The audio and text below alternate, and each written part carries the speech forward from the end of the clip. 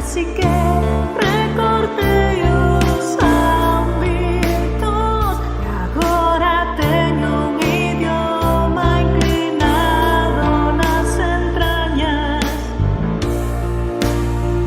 E perdí para botalo fora todo o interese.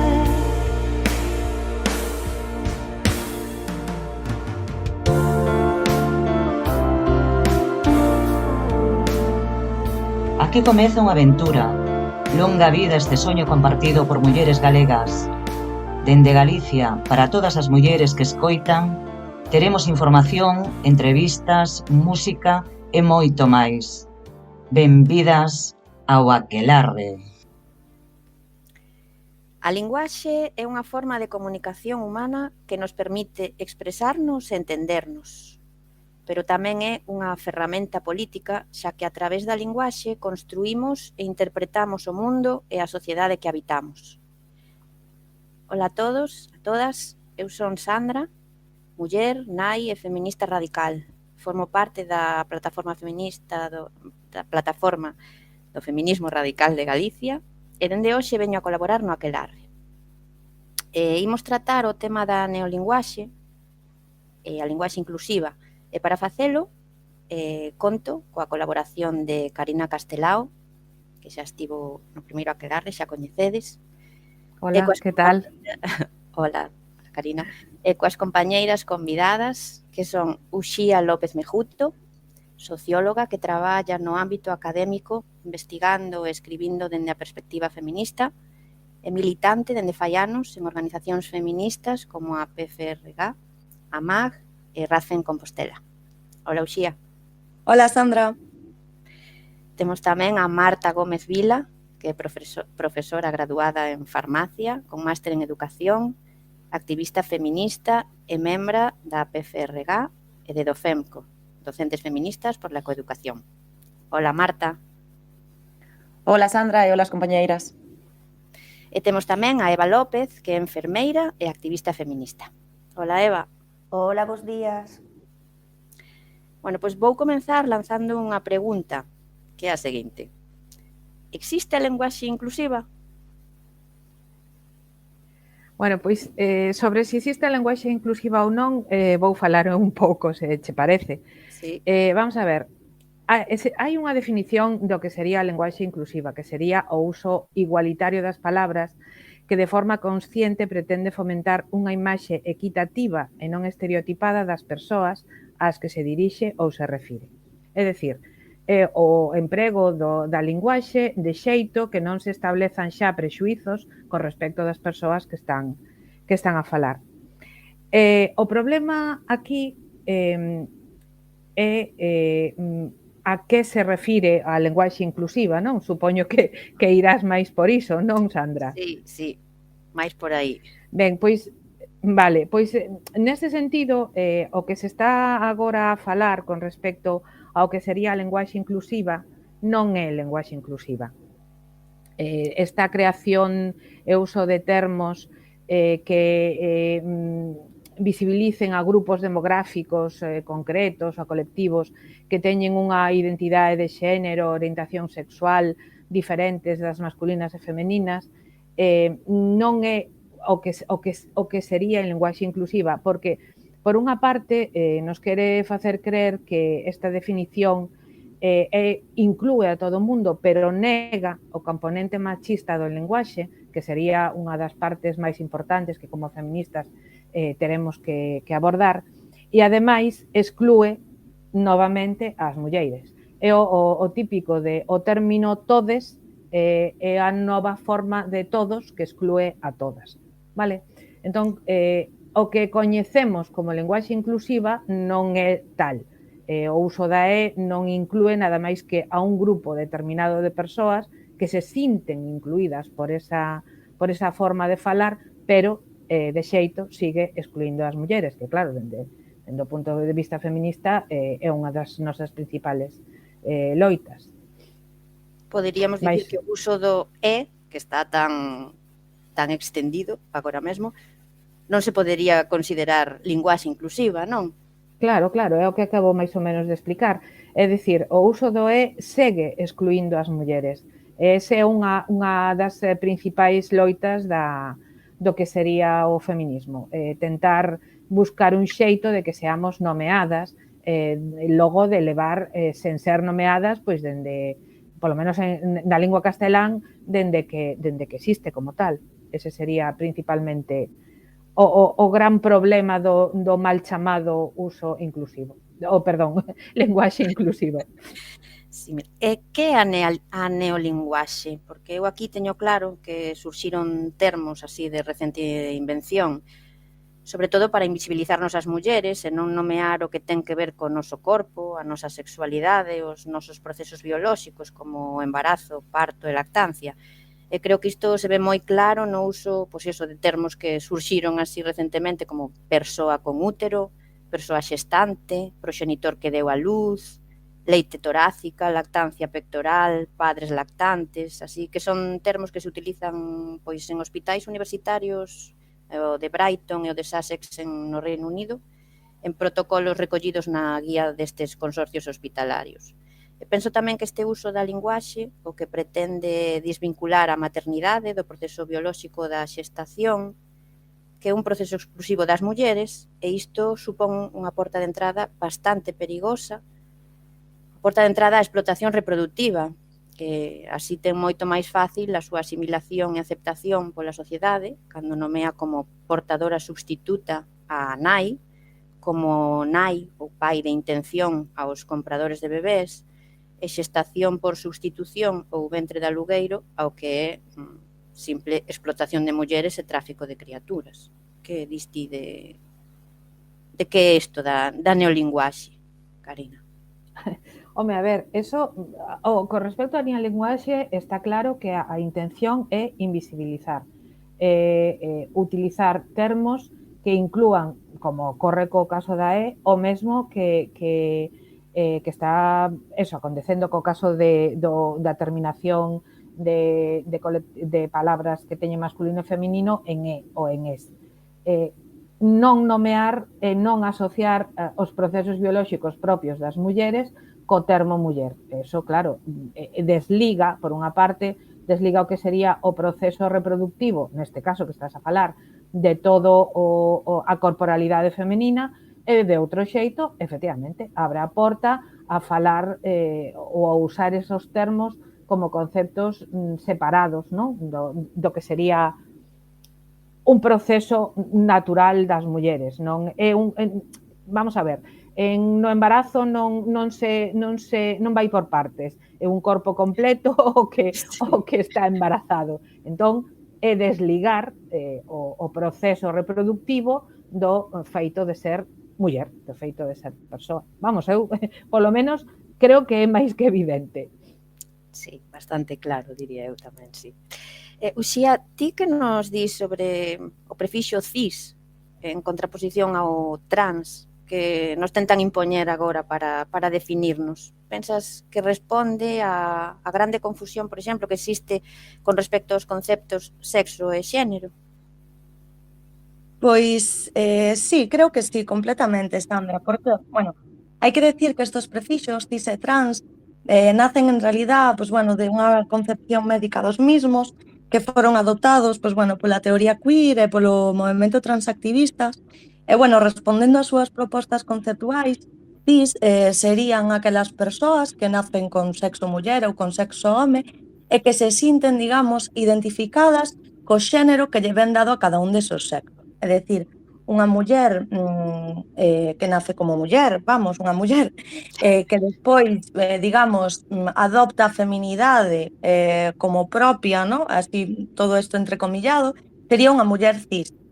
Unha muller que nace como muller e non adopta a feminidade como propia, por exemplo, podría ser nomenclada como unha muller trans, xa que, bueno, a súa identidade de xénero non correspondería co seu sexo asignado ao nacer, que aquí estaría utilizando tamén a terminoloxía queer.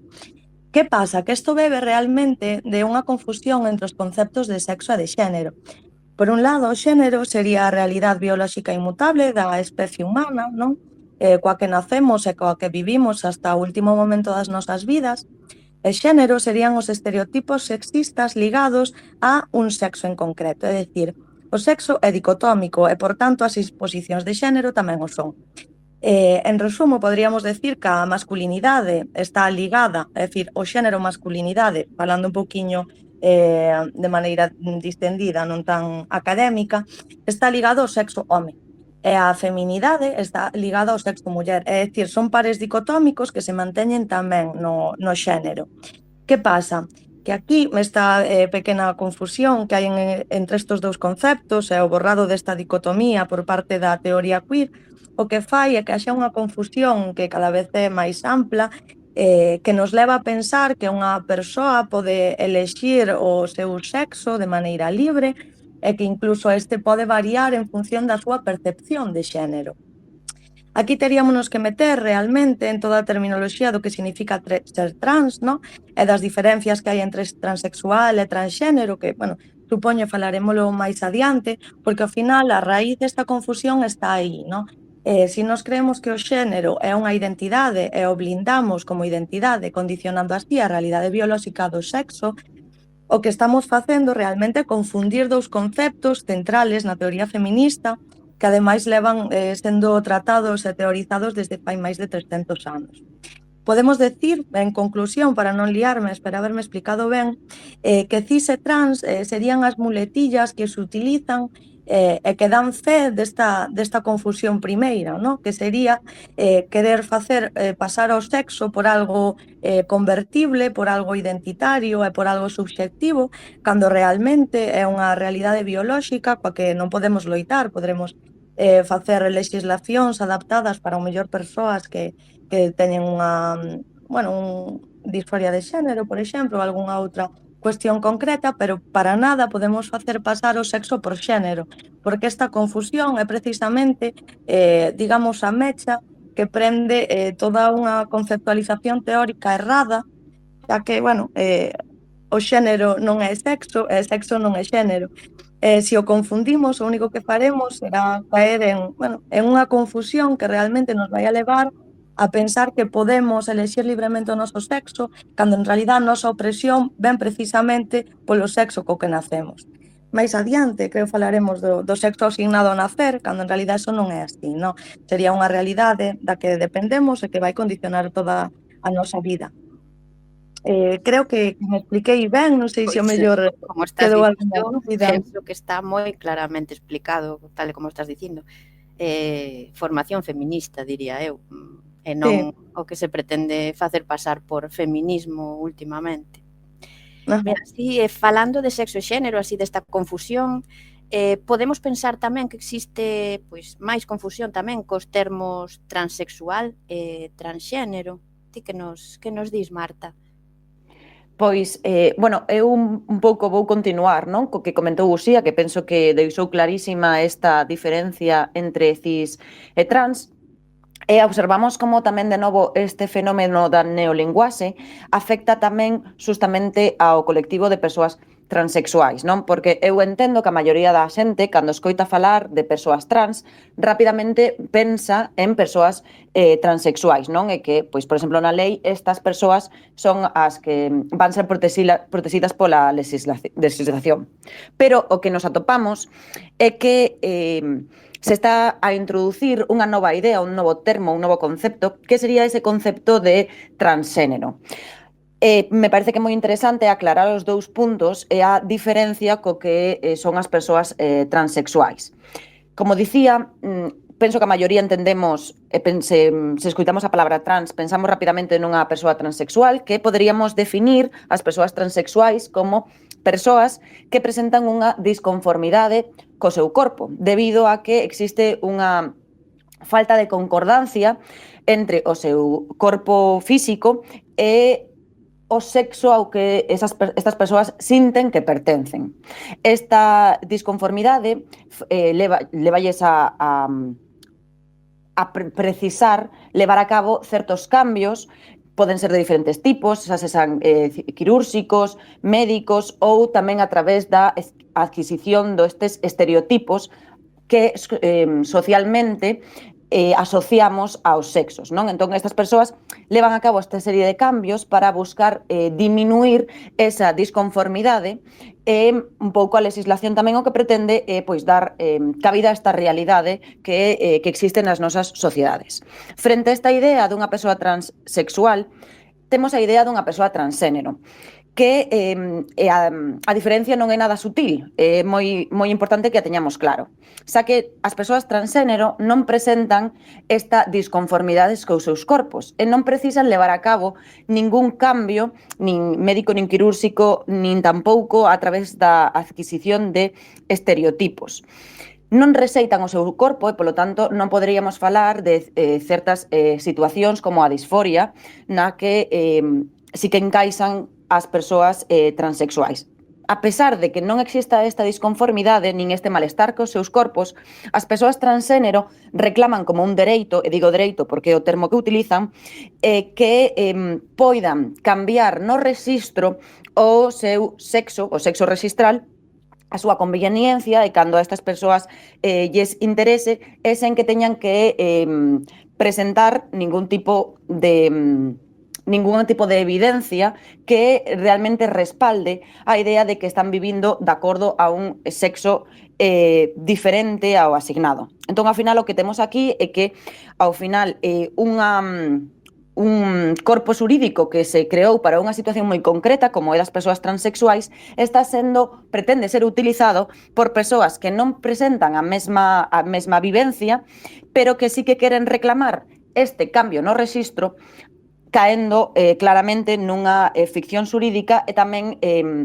utilizando os recursos destinados a un caso concreto, porque ao final o que temos coas persoas transxénero é que calquera persoa que así o manifeste pode ser persoa transxénero e, polo tanto, acceder a estes cambios na legislación que, dende logo, tendo en conta o importante que resulta na nosa sociedade o sexo para a aplicación de certas leis, supón unha clara vulnerabilidade. Pois sí, moi de acordo, Marta. Así, falando de recursos, que nos acabas de remarcar tamén agora, no ámbito sanitario, necesítanse recursos para tratar as persoas. Eu diría que o ámbito sanitario non é alleo a esta neolinguaxe. Tamén se propoñen novos termos para tratar as persoas que acoden ao ámbito sanitario para tratar de mellorar a súa condición ou de sentirse mellor. Propóñense novos termos así para no ámbito sanitario. É así, Eva, que nos dis ti que tes máis experiencia neste ámbito? Pois, en efecto, xa que na atención sanitaria as persoas trans, ese termo paraguas que as miñas compañeiras xa explicaron, sufriu moitas modificacións durante os últimos anos, especialmente en canto á nomenclatura dos termos reflexada nas guías nacionais e internacionais, xa que o DSM, o Manual Diagnóstico Estatístico dos Trastornos Mentais, empregaba o termo trastorno da identidade de xénero na súa cuarta versión e substituíuno por disforia de xénero na quinta. Facendo o mismo o CIE, que é o Manual de Clasificación Internacional de Enfermidades, co termo transexualidade, que aparecía como tal na 10ª versión para posteriormente pasar a ser denominado como incongruencia de xénero, ademais de ser movido o epígrafe de condicións relativas á saúde sexual, acentuando aquí, desde unha perspectiva feminista, outra pretensión de querer solapar os termos sexo-xénero, tal e como dicía anteriormente Uxía, como se do mesmo se tratara.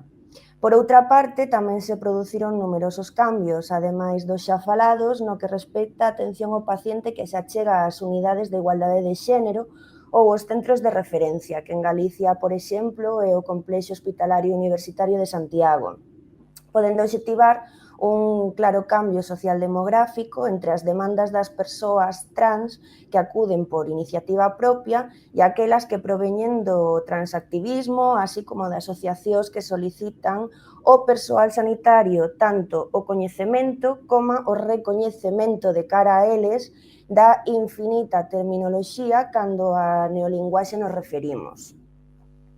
De aí que, tamén para rematar coa miña intervención, non sexan poucos os colexios oficiais de persoal sanitario os profesionais a título individual, así como demais organismos análogos os que se pronunciaron ata data contra este sinsentido, recolleito e amparado na redacción do infame proposta de lei, como por exemplo, e para nomear algúns, a Asociación Española de Pediatría de Atención Primaria, a Asociación Española de Psiquiatría do Neno e o Adolescente, o Comité de Bioética, o Colexio de Médicos de Madrid, representantes da Comunidade Médica de Pontevedra, a Academia Española de Sexoloxía e o Observatorio de Saúde Sexual, o Consello Xeral de Psicoloxía en España, a Sociedade Española de Psiquiatría e Saúde Mental, entre moitos outros.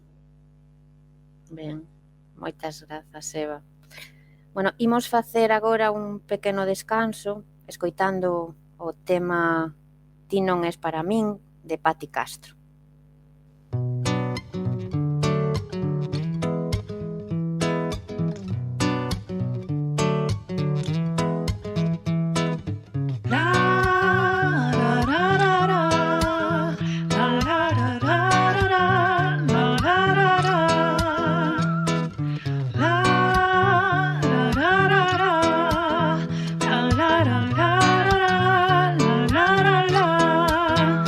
Eres para min, dixo mo vento, eres para min. Escoito todo o tempo, eres para min. Dixo mo vento, eres para min, para min. Sorrisos que pasan as vaguas que abrazan a fogas, verba querer. Non temos cariño e perdemos o paso e o fin que imos facer. E eu sei que tes medo nunca un bo momento para ti e para isto que nos ven sucedendo. Por eso non es para mí. Dixo mo tempo, non eres para min. Escoito ata no vento, ti non es para min. Dixo mo tempo, ti non es para min. Fracaso é non aceptar as cousas tal como son. Se somos amigos temos que olvidar cal era a razón. E eu sei que tes medo nunca un bo momento para ti, para isto que nos ven sucedendo. Temes sentir máis da conta, o corazón en músculos e non te rebenta. Estrano mirarte de lonxe, de faceno os parvos parecemos tan bellos. Tempo, queres máis tempo? Mírame a pel, non ves acaso que sento. Ti non son para ti, ti non es para mí.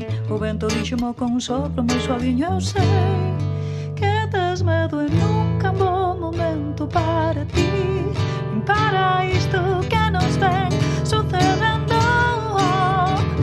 Ti non és para min.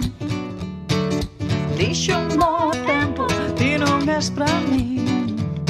Escoito ata no vento, ti non és para min. Dixo mo tempo, ti non és para min. Para min. Ti non és para min, eu non son para ti. Ti non és para min, eu non son para ti. Ti non és para min, eu non son para ti. Ti non és para min, eu non son para ti, non, non. Ti non és para min. Xa estamos de volta. Imos seguir falando de linguaxe inclusiva e neolinguaxe, enfocando agora un pouco na lei trans. Para empezar así, que definicións e usos atopamos nesta lei trans sobre linguaxe inclusiva, neolinguaxe? Que me dicides? Vale, eu vou comezar comentando unha cousa que me parece que é bastante importante, vale? Que é a introdución desta neolinguaxe tanto na propia lei como tamén de maneira pois, en redes sociais e de maneira menos formal.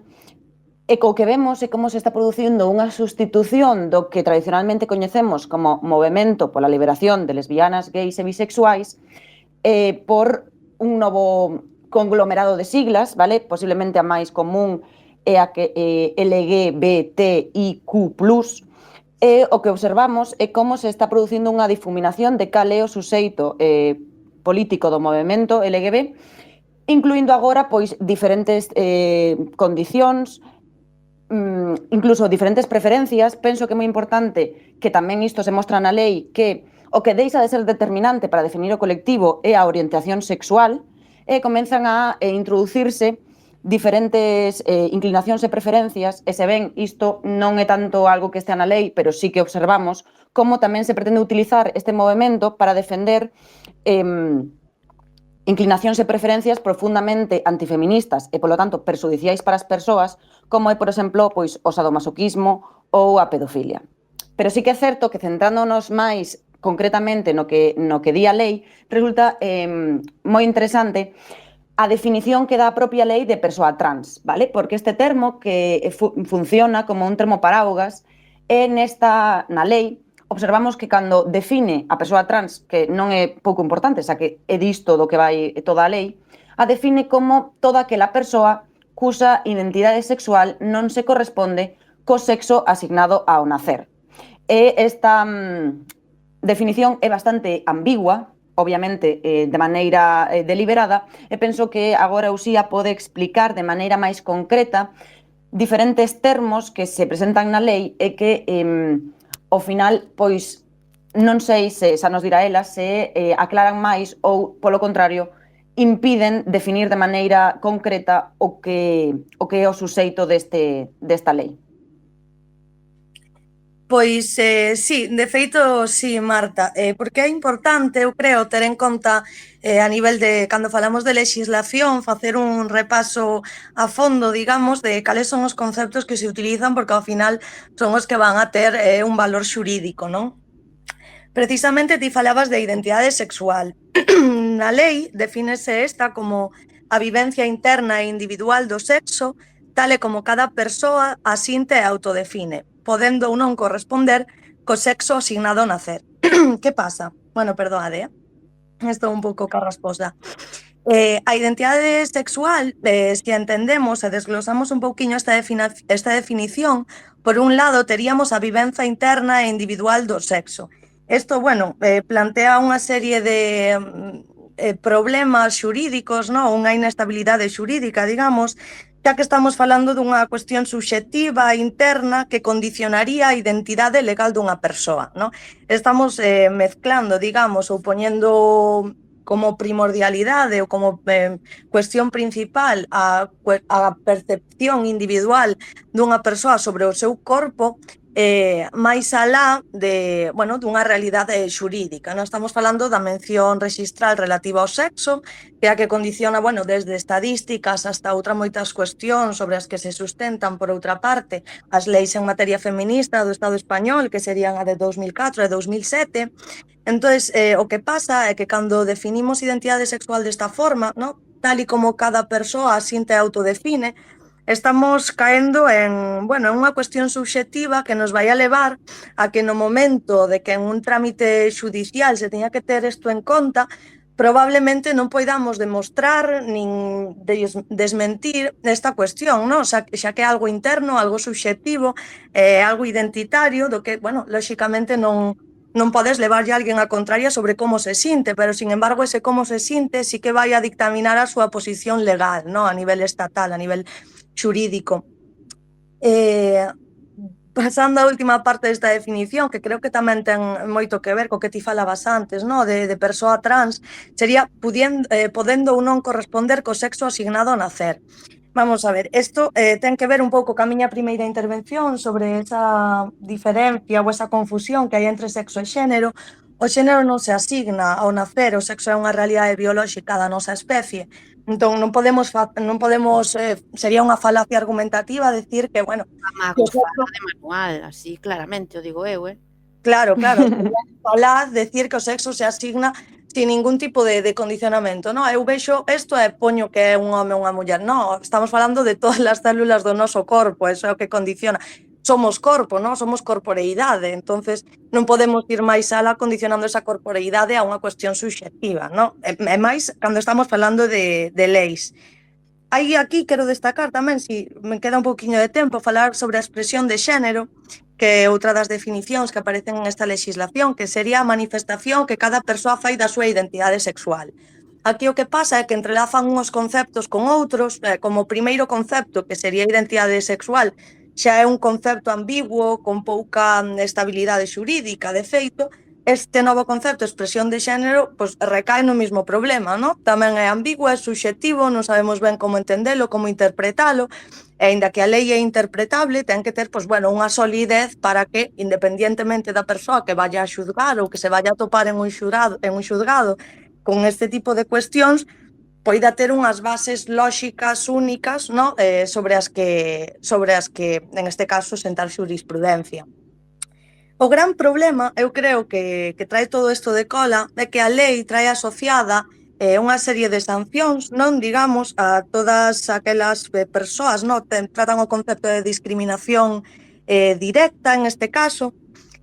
Bueno, describen máis ou menos como, bueno, tamén a describen a discriminación por razón de sexo na lei de 2004 ou de 2007, en este caso, pois sería, pois, bueno, persoas que son tratadas ou en atención á súa orientación sexual, identidade sexual, expresión de xénero ou características sexuais de maneira menos favorable que outra en unha situación comparable. Claro, cando estamos falando dunha cuestión subxectiva, como alguén pode saber como se sinte outra persoa se eso non ten nada que ver ca súa corporeidade? Estamos falando dunhas sancións, ademais, moi restrictivas, que están asociadas, pois eso, non? A coñecer a percepción subxectiva do sexo dunha persoa, non? Independientemente da súa corporeidade.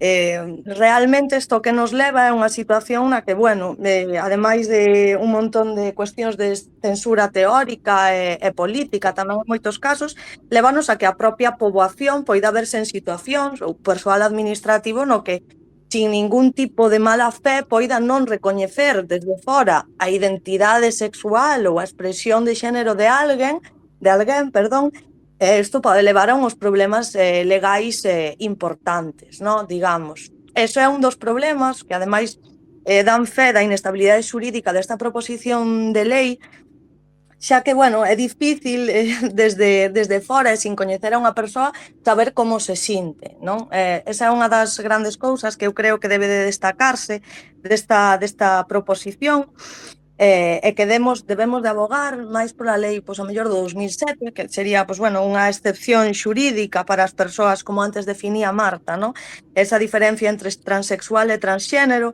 Esta lei realmente está feito para as persoas transxénero e nace realmente desa confusión entre sexo e xénero, que se vai estendendo hasta precisamente, pois, isto, non? A propia definición de expresión de xénero. Eu non sei que pensan as demais compañeiras, se están de acordo ou se teñen algo que decir sobre esta cuestión, pero eu creo que ese é o gran problema desta lei, a instabilidade xurídica que conleva, vaya, ao falar de subxectividades e de cuestións internas. Non sei se se pode lexislar sobre sentimentos, non sei. Que pensades, compañeiras, que dicides? A min gustaríame facer un comentario, simplemente, e como a lei, bueno, comentaba Uxía, penso que é bastante importante, non? Que se produce unha esencialización do xénero, non? E, ademais, isto penso que non é nada neo, non é nada novo, senón que voltamos a ver como se acepta que exista unha división entre o que sería os nosos corpos e algo aparte dos nosos corpos, que pois agora xa non se lle chama alma e agora se lle chama expresión de xénero, e como esta lei ao final o que defende é que algo que resulta tremendamente opresivo, como é o xénero, supónse que é previo ao noso nacemento, que é algo co que nacemos e que non está condicionado máis alá que por nosas propias vivencias, non? E penso que isto é peligroso, facer esa distinción, esa separación, como se os nosos corpos non fóramos nós mesmas, senón que como se fóramos algo que poseemos e que podemos que non nos definen, non? E que o que nos define non é a parte material, senón, según esta nova perspectiva, defínenos pois unha cousa pois esencial, algo co que chegamos a este mundo, que o que nacemos, e que pode estar completamente separados dos nosos corpos. E penso que esta é unha dualidade que penso que estaba superada e que nos atopamos outra vez nela e pareceme perigoso. Claro, Karina, ti querías apuntar algo? Sí, eu quería facer unha especie como de recordatorio do uso dos pronomes, da modernidade que supón o uso dos pronomes, porque todo o que plantexaba Uxía de que como se vai a subsanar o problema de como cada un se define ou como cada un quere ser definido, non caer nesas, como se xeramos, sancións por definir mal o xénero das persoas, a xente que partidaria deste tipo de teorías aboga polo uso dos pronomes e que ti establezcas co pronome co que queres ser chamado, masculino ou femenino ou o neutro, que bueno, neste caso en castelán é unha invención, pero en inglés, por exemplo, existe, ¿no? Sí que se usa moitas veces para non especificar o sexo da persoa, dun grupo de persoas en concreto. Entón, quería saber que opinades dos pronomes. Para min é unha declaración de intencións. O sea, quen se pon os pronomes na súa biografía ou esta moda de levar os pronomes postos nunha placa para que queras ou eu vino, creo que fora hasta en McDonald's ou sitios así, a xente que se poñía os pronomes e tal, que pensades que eso? Para min é unha declaración de intencións, pero moi clara. Non sei se pode ter unha utilidade. Eu penso que non, pero bueno. Que nos dicides, Uxía? E Eva creo que tamén quere falar despois un poquinho. Pois bueno, Karina, eu aí, estou de acordo contigo, sí que é unha declaración de intencións, eu aquí creo que é unha cuestión de sentirse parte dun grupo, ¿no? Hai que decir que o movemento transactivista actualmente está conformado maioritariamente por xente moi nova, ¿no? Moitos deles menores de idade. Durante o desarrollo da adolescencia, o grupo de iguais ten unha presencia moi forte, ¿no? Ten moita influencia na nosa vida. Entón, eu creo que moitas veces esos pronomes é como unha invitación a eu penso como a ti, ¿no? Ese sentirse acompañado, sentirse parte de algo, sentir que os demais tamén, nada máis ver estos pronomes, van a saber que ti estás con eles, ¿no? Que pasa? Que esta cuestión de teoría queer, feminismo, o ser contrapostas en un montón de puntos, xa non só na teoría, sino no suxeito político e na xenda política, en este caso, leva tamén a que desde o feminismo, no momento no que nós vemos os pronomes, tamén decimos, caramba, por aquí hai pensamento queer, hai ideoloxía queer, hai presenza do movemento queer, do movemento transactivista tamén neste caso. Eu diría, a riesgo de equivocarme, porque pode ser, ¿no? O nivel de estudo sobre isto non é moi alto, xa que a censura está aí poñendo un pouco a calza para a liberdade de expresión e tamén para a liberdade de investigación. Creo que é precisamente unha maneira, pois eso, de identidade, no? Agora mesmo estamos falando de que incluso se podría falar dun subgrupo urbano cando falamos de teoría queer, de transactivismo, e máis cando estamos falando de xente moi nova, no? Ao final aí, cando somos moi xóvenes, levamos por bandeira a defensa dos nosos iguais por encima de calquera cousa. Moitas veces eso condiciona que nos sentamos parte de algo, pero que a vez poidamos caer sin ter unha perspectiva crítica en cuestións que ao mellor non son acertadas, simplemente polo encuadrar, ¿no? Polo sentirse parte de algo. Entón, non sei se respondín ao que ti planteabas, Karina, pero sí teño que decir que claramente son un identificativo cando vemos os pronomes de que aí algo hai de teoría queer por detrás. Eu creo que bebe maiormente disto, pero bueno, a ver que comenta Eva, que pensa ela. Bueno, eu penso que isto dos pronomes é unha completa absurdez, non? Empezar solicitando, quero que te refiras a min nesta terminoloxía, pregúntome se o seguinte vai ser quero elexir os meus propios adxetivos, porque empezamos aceptando unha cousa e despois, evidentemente, pediránse outras a maiores.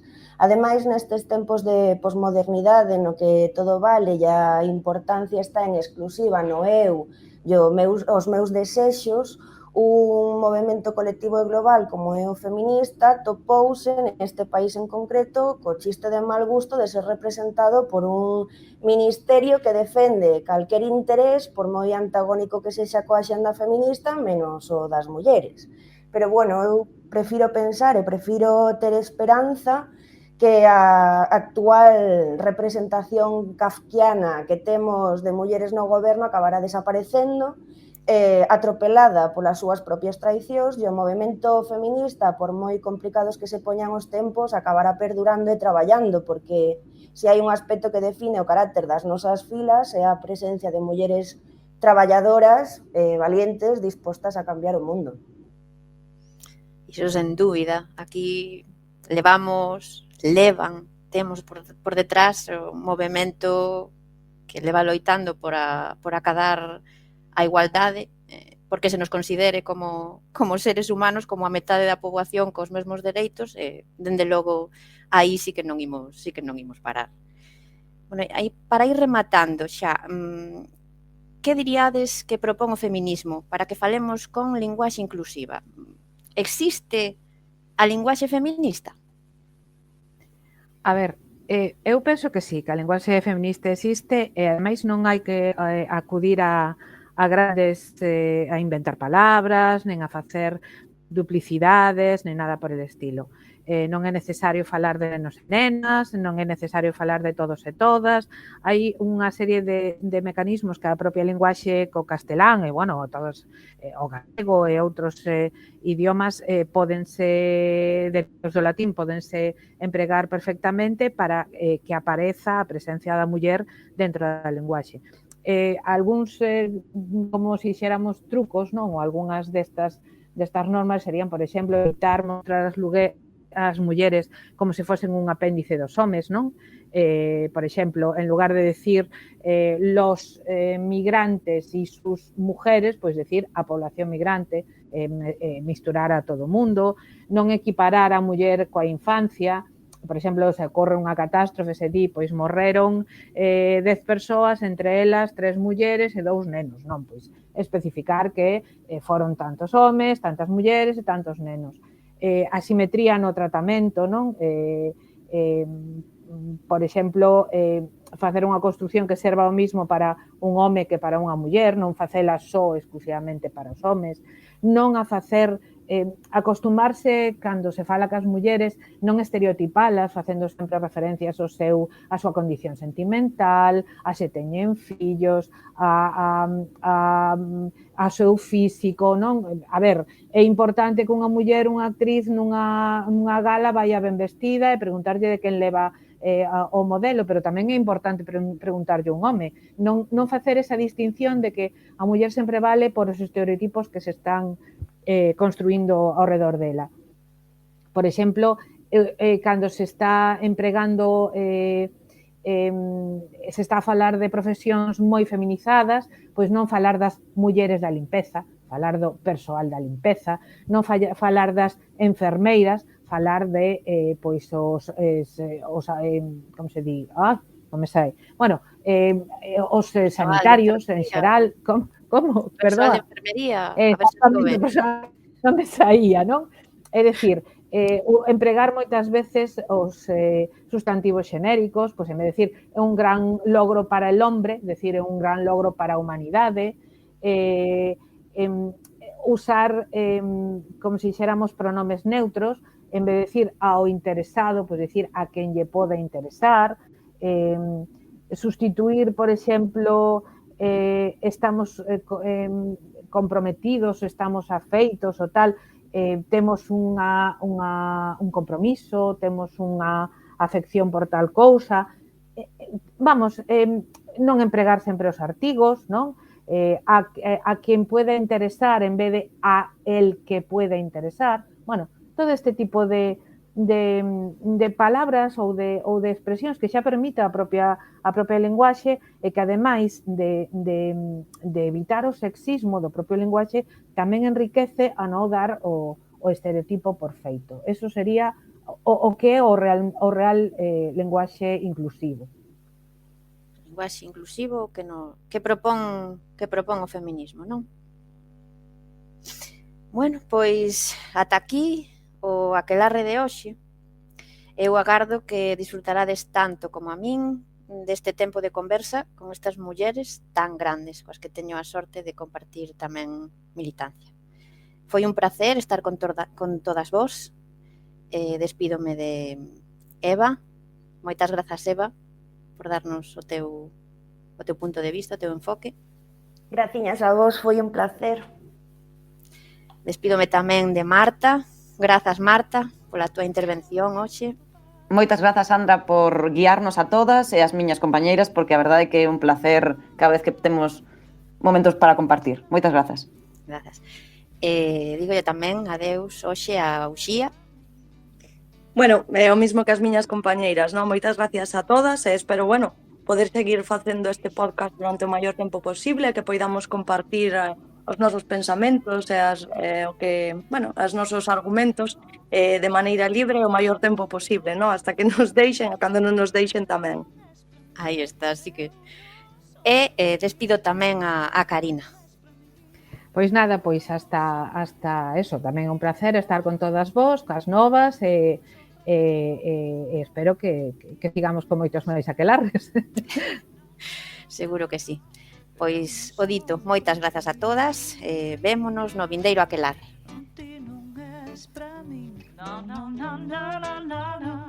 Eu non son pra ti.